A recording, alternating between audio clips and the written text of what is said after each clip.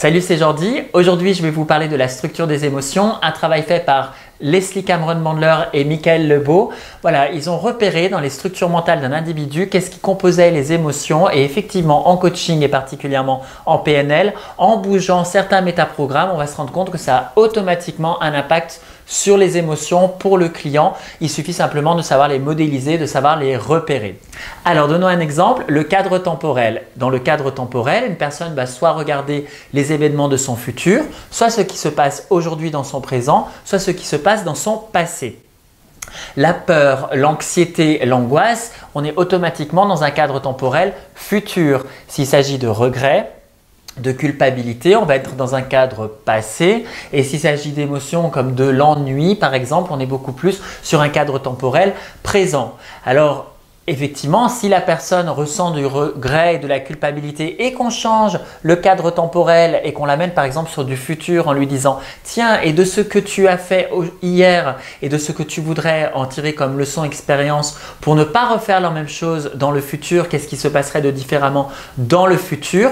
Là, automatiquement, la culpabilité va se transformer sous quelque chose qui sera plus sous l'ordre de la responsabilité et du coup, la personne va automatiquement se mettre à penser ce qu'elle devra faire la prochaine fois, donc l'émotion va automatiquement changer. Voilà un exemple sur le cadre temporel. Un autre facteur important, ce sont les modalités. Les modalités, c'est quelque chose qu'on appelle les opérateurs modaux en PNL. Il y a ceux de nécessité, comme par exemple dans le langage qu'une personne dit « je dois »,« il faut », voilà, c'est absolument nécessaire. Et il y a les opérateurs modaux de possibilité, comme par exemple « je peux faire cela »,« c'est possible » ou « je veux faire cela » ou « j'ai envie de faire cela » puisque c'est possible. Eh bien, c'est pareil, en changeant les opérateurs modaux, on va pouvoir changer l'émotion. Par exemple, dans l'opérateur modal de nécessité, vous allez penser qu'une chose doit être faite. Mais si vous ne réfléchissez pas à si c'est possible de le faire ou non, ou si vous êtes capable de le faire ou non, vous ne vous posez pas ce genre de questions. Vous ne vous dites pas « est-ce que je peux faire ça? Est-ce que je suis capable de faire ça ?» Non, parce que cela doit être fait. Donc, vous n'allez pas réfléchir à cela, vous allez réfléchir à comment mettre la tâche en action parce que celle-ci doit être faite. Donc, un opérateur modal de nécessité. Par contre, si vous sentez que vous n'êtes pas capable de faire quelque chose, donc ce n'est pas possible, mais que cela doit être fait, on en arrive sur un sentiment d'impuissance puisque ça doit être fait mais c'est impossible. Le fait également de savoir qu'une chose est possible à faire, qu'on en a la capacité, va générer chez soi de la motivation et du désir de réaliser l'objectif. Une troisième composante est également l'implication face à un projet. L'implication, on va retrouver les métaprogrammes actifs et les métaprogrammes passifs. Quand je suis actif, je mets la chose sous ma responsabilité et je me dis j'y vais, je vais faire cela. En étant actif, on place donc les choses sous notre responsabilité et cela déclenche de la motivation pour les choses qu'il y a à faire. Au contraire, quand on est dans un métaprogramme de passivité, on attend que les choses soient faites de l'extérieur. Donc cela peut amener des émotions comme de la patience, voire de l'espoir, mais cela veut dire que les choses ne sont pas sous notre responsabilité. La passivité peut également amener à l'acceptation. Se sentir donc engagé nourrit des émotions comme l'ambition, la détermination, la curiosité, la frustration. Effectivement, ce sont des émotions dans lesquelles nous sommes engagés par rapport à quelque chose qui va arriver. Toujours dans l'implication, il y a les métaprogrammes aller vers et éviter de. Aller vers, c'est quand on fait une démarche pour aller vers quelque chose. Éviter de, c'est quand on veut repousser quelque chose de soi. Alors, on peut être tout à fait actif en aller vers, donc ça va être des émotions comme la détermination, la motivation, l'ambition, l'amitié. Mais je peux très bien être aussi actif en éviter de, comme dans des émotions qui sont de l'ordre de la peur, de l'anxiété, où je me prépare pour un examen pour ne pas louper mon examen. Je peux être aussi passif en aller vers. Effectivement, là, ça va être des émotions comme la patience. Et je peux être aussi passif en éviter de. Et ça va donc être des émotions comme l'ennui, la gêne ou par exemple la solitude. Une autre composante va être l'intensité des émotions. Effectivement, l'intensité peut nous aider de passer d'une émotion à une autre. Par exemple, si je fais un régime et que j'ai une intensité faible, je vais être par exemple, quand j'ai perdu du poids, je vais être par exemple satisfait avec une intensité faible, mais ma satisfaction ne me poussera peut-être pas à continuer mes efforts. Alors que si je suis dans une intensité vraiment beaucoup plus forte de ma satisfaction, dans ces cas-là, je vais être encore plus motivé. Donc le truc pour pouvoir continuer ces efforts va être de faire monter l'intensité de la satisfaction pour vraiment qu'il y ait vraiment que la personne se sente encouragée. Alors pour faire monter les intensités, vous pouvez utiliser des petits trucs techniques comme de dire « Waouh, génial, génial !» Voilà. L'idée, c'est de prendre en charge en soi nos émotions pour atteindre les objectifs. Alors l'intensité, il faut faire attention parce que quelles que soient les émotions, l'intensité, c'est facile en programmation mentale de faire monter l'intensité.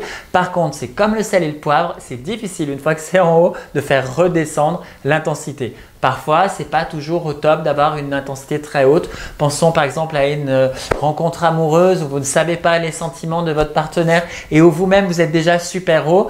Du coup, vous risquez peut-être d'être vraiment déçu si ça ne se passe pas comme vous le souhaitez. Donc attention.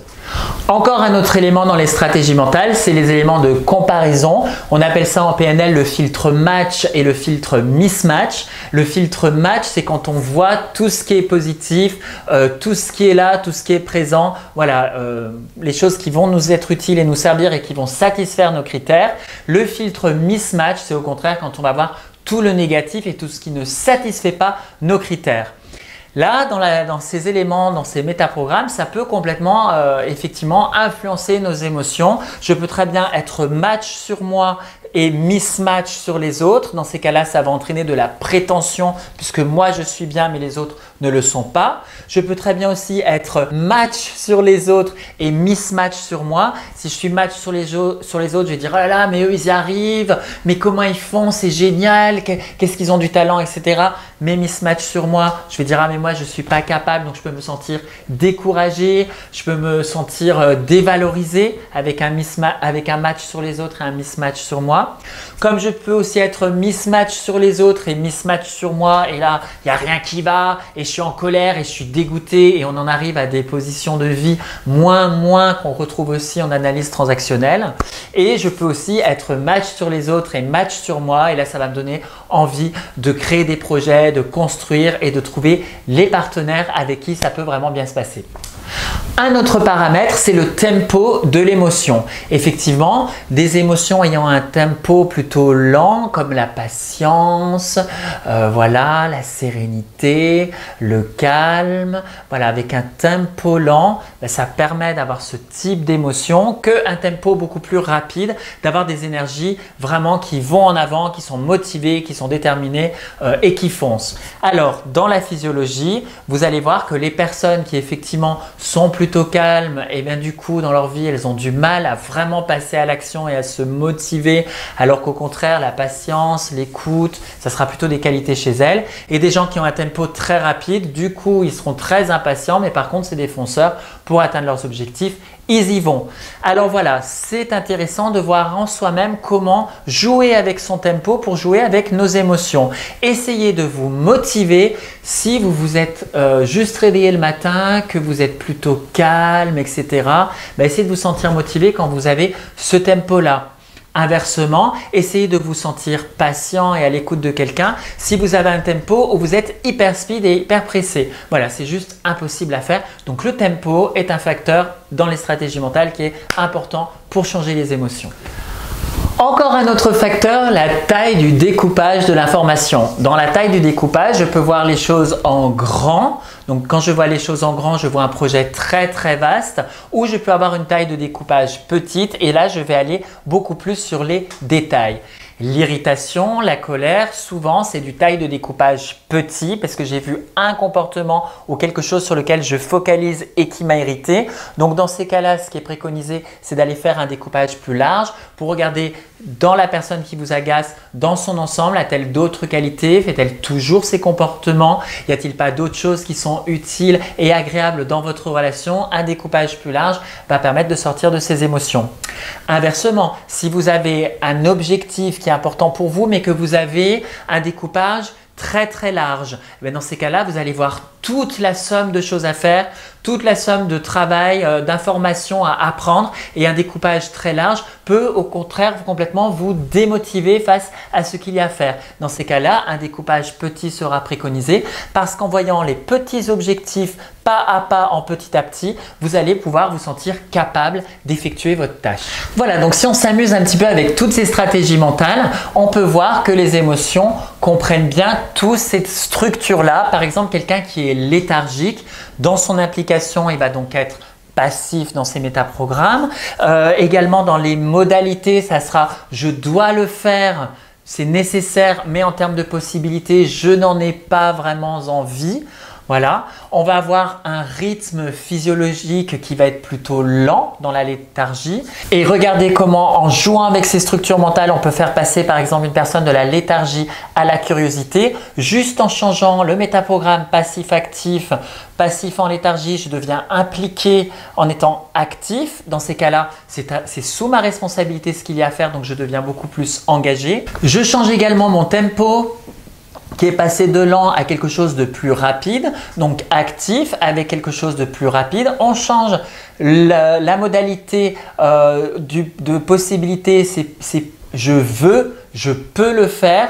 Eh bien tout ça, vous voyez, ça va automatiquement faire changer l'émotion et faire changer le curseur. Donc voilà, un petit exemple, il y en a vraiment beaucoup d'autres que je pourrais vous partager. Mais l'idée en coaching avec la PNL, comment quand on repère une émotion d'une personne, on modélise les stratégies mentales, les métaprogrammes et comment on peut, en lui proposant d'autres alternatives, et si tu voyais les choses dans le passé, et si tu mettais en dynamique, et si tu plaçais les choses sous ta responsabilité, etc. ou si tu bougeais l'intensité, en proposant de bouger les curseurs des métaprogrammes, ça met automatiquement notre client dans d'autres conditions. Voilà, je vous propose d'essayer sur un projet où vous sentez que vous avez une émotion qui n'est pas aidante pour vous, d'essayer de mettre en application ces petits conseils et vous allez voir, ça marche. Voilà, à très vite. Merci.